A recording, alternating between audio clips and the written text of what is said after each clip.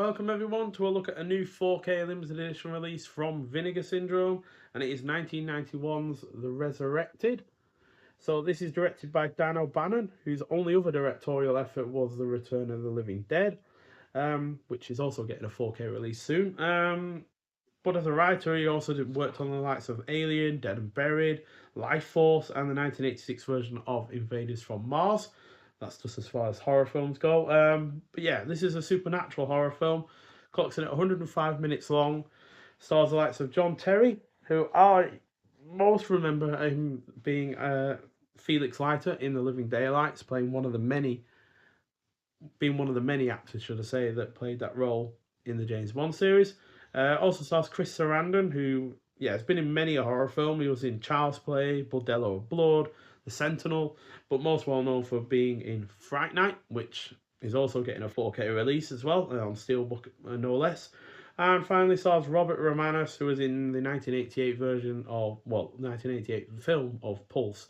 No relation to that Japanese one from late 90s, early 2000s. So yeah, but as far as that kind of premise of film goes, it's certainly better than the film Shocker from Wes Craven, which is similar too. So yeah, a woman enlists the help of a private detective to find out what her husband is up to in a remote cabin owned by his family for centuries.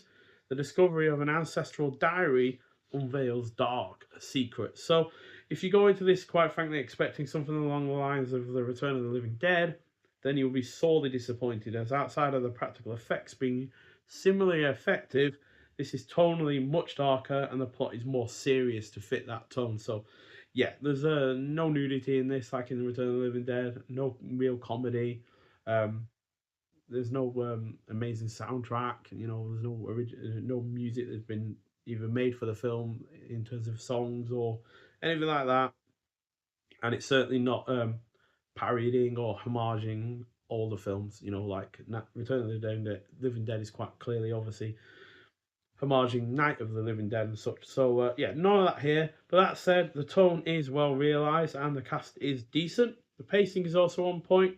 The majority of the effects are great. The practical effects, in particular, with the way that these skeletons and these half-formed bodies and such look, it's just all really, really goopy and effective and such. All that really lets it down in parts are some of the stop motion effects.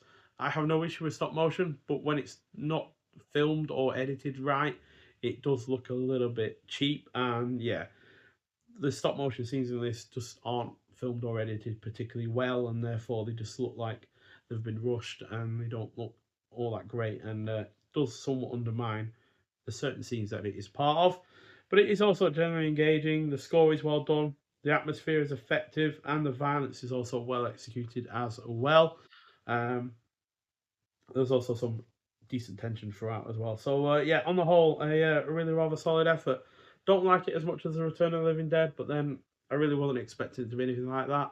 I figured this would tonally at least be a little bit different, but after watching it, it was clear that it was radically different in terms of tone. And yeah, certainly was going for a different kind of film. So yeah, which is only something that you can commend, really. It would have been very easy, I imagine, for Dan O'Bannon to have written or directed a similar film to Return of the Living Dead, go for another comedy horror kind of thing. But yeah, to go for something like this, which, like I said, is darker and more serious, is respectable. And I love the new artwork that we got going on with this as well, with a bit of artwork that is referencing the film on the back as well. So the new artwork has been done. You can very easily find it on these, I swear. I can't see it. It might well have been done by someone, or maybe they don't want to say who's done it. So yeah, but like I said, it is on 4K. Also have the Blu-ray as well alongside.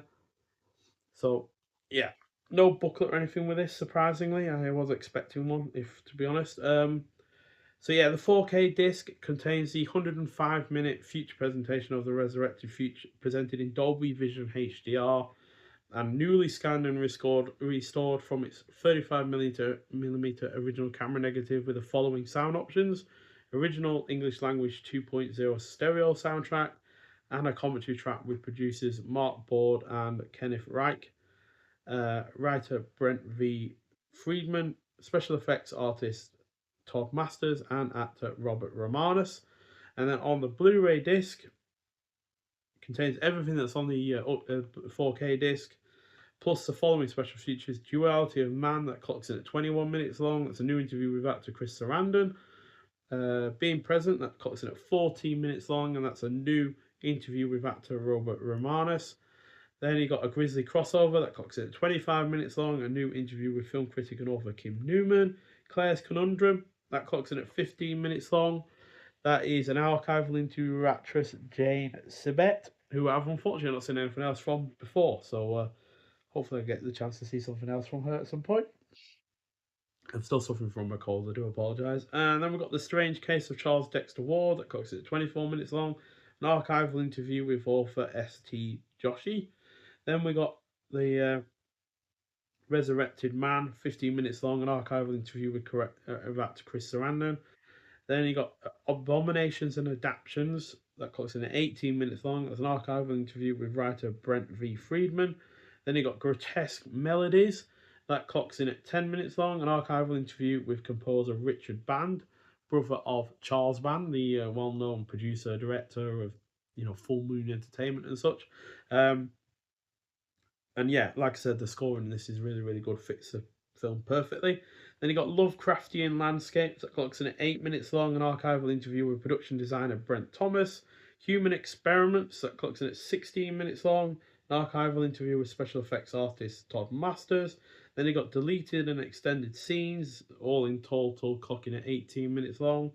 Then you got Chainsaw Award Speech, that's 3 minutes long, archival featurette. Photo gallery, home video promo trailer, Japanese trailer, and the reversible art sleeve artwork I need to show you, and English subtitles for the deaf and hard of hearing. So yeah, we've got the artwork on the slip cover that we've already seen, and then the reversible artwork is the following.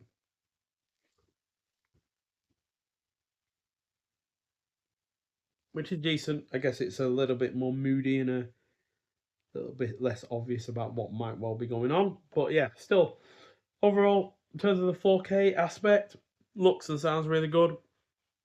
No issues at all I found with the picture quality or the sound quality or anything like that. Again, I haven't seen it on the Blu-ray, so don't know how it quite compares, but I found no issues with it at all. And even though the film itself does look really rather quite typical in terms of early 90s, the picture quality and sound quality are really, really, rather great, especially when it comes to the latter half when the violence and the effects become more apparent. And yeah, the film itself is overall really rather solid. It's a 4 out of 5. Not as good as Return of the Living Dead, like I said, but still, overall, a good film and one that I'm really glad I bought. As I initially wasn't going to, I actually added this onto a previous order I had from Vinegar Syndrome, but I eventually researched this a little bit more and found out, oh, it's the director of that film that I love, and it's got these people in it that I've enjoyed in films before. So, yeah, I decided to give it a chance, and yeah, really glad I did, as I really enjoyed it. And yeah, excellent to see it during this spooky season as well. So, yeah, nonetheless, thank you for watching. If you have seen this film before, I'd like to hear your thoughts on it, and I'll see you in the next one. Bye.